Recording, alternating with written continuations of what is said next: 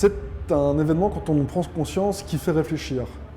Les scientifiques qui l'ont découvert, nous qui avons travaillé dessus, tout de suite on pense où est-ce que j'habite, où est-ce que je travaille, est-ce qu'il m'arriverait quelque chose si un événement comme ça surviendrait à nouveau.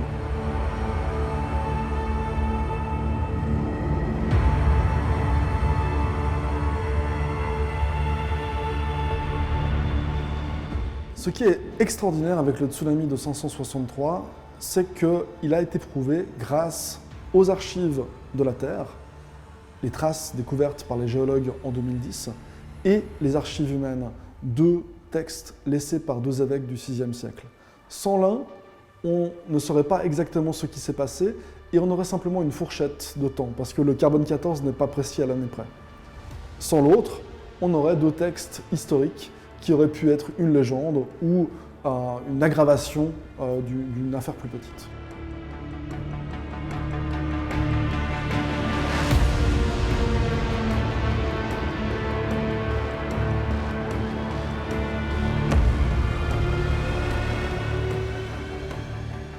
Alors ici, on se trouve devant une maquette qui représente le pont de Genève, arraché littéralement par le tsunami de 563.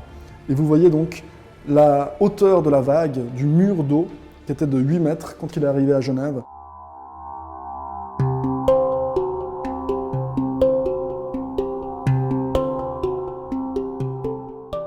Un petit séisme, un écroulement de montagne peut provoquer tout d'un coup un cataclysme parce qu'on a urbanisé notre région comme on l'a urbanisée.